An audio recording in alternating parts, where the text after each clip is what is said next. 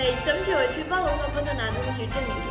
Caso de reparação histórica em Evanston, Illinois, Estados Unidos. Fósseis humanos encontrados em Marrocos. Conflitos na Nigéria. Está começando o GRS.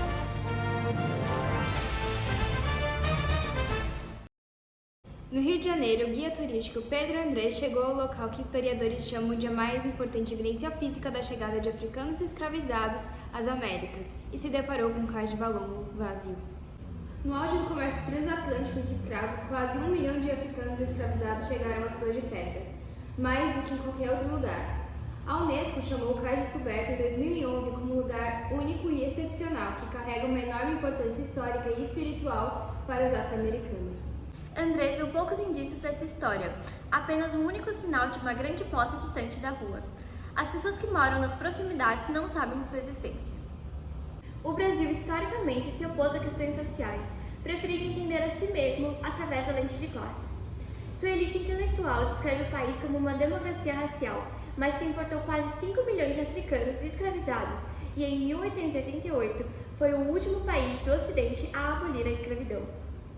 Historiadores, promotores federais e defensores da justiça racial dizem que o cais apresenta uma oportunidade única para o Brasil enfrentar esse pecado original e a desigualdade racial que ele transmitiu. Mas o governo de Bolsonaro não conseguiu atender ao momento histórico e que o Brasil está mais uma vez optando por ignorar as injustiças do passado. O gabinete de Bolsonaro adiou comentários ao órgão federal encarregado de supervisionar o local. Enquanto casos como esse são ignorados, ainda há esperança de reparação ao redor do mundo. Na cidade de Evanston, no estado de Illinois, a vereadora Robin Simons propôs como reparação histórica pagar restituições em dinheiro a pessoas negras pela escravidão, políticas de segregação e consequências do racismo ao longo dos anos, para negros que viveram ou descendem de moradores da cidade entre 1919 e 1969. Aprovado no final de março de 2021, o programa vai distribuir $400 mil para 16 famílias negras, 25 mil para cada.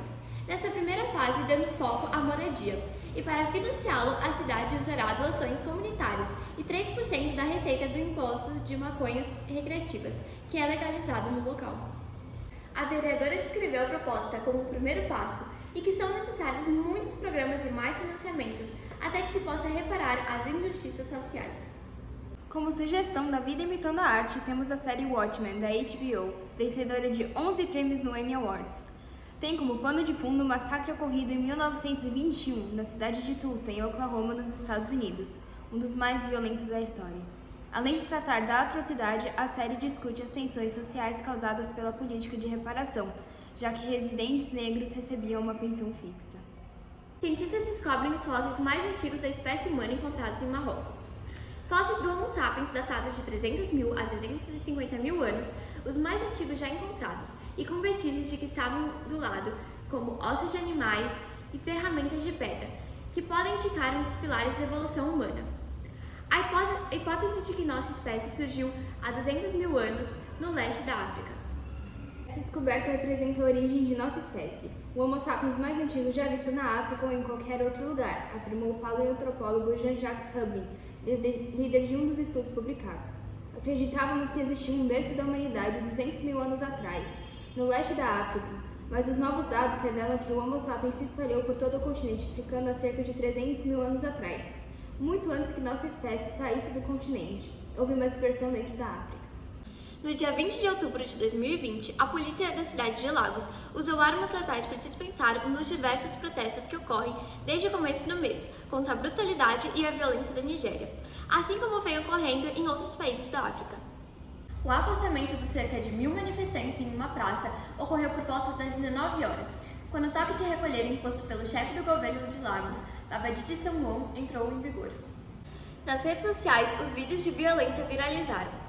É possível ver a correria, som de tiros e pessoas que buscavam ajuda. As tropas de choque da polícia e soldados do exército participavam do ataque.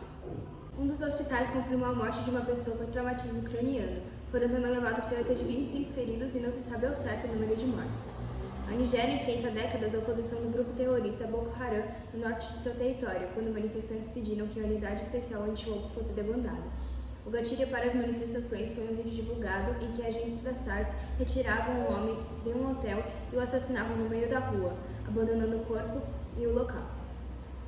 A SARS foi dissolvida pelo governo e seus membros passaram a integrar outras unidades. Para substituir, o presidente nigeriano anunciou a criação da SWAT, agentes que também irão receber treinamento do Comitê Internacional da Cruz Vermelha. O governo nigeriano promete há 5 anos investigar os abusos cometidos pela SARS. Até o momento, mesmo com a aprovação em 2017 de uma lei que pune a tortura, nenhum agente foi punido. Esperamos que a situação na Nigéria melhore. Boa noite. Boa noite.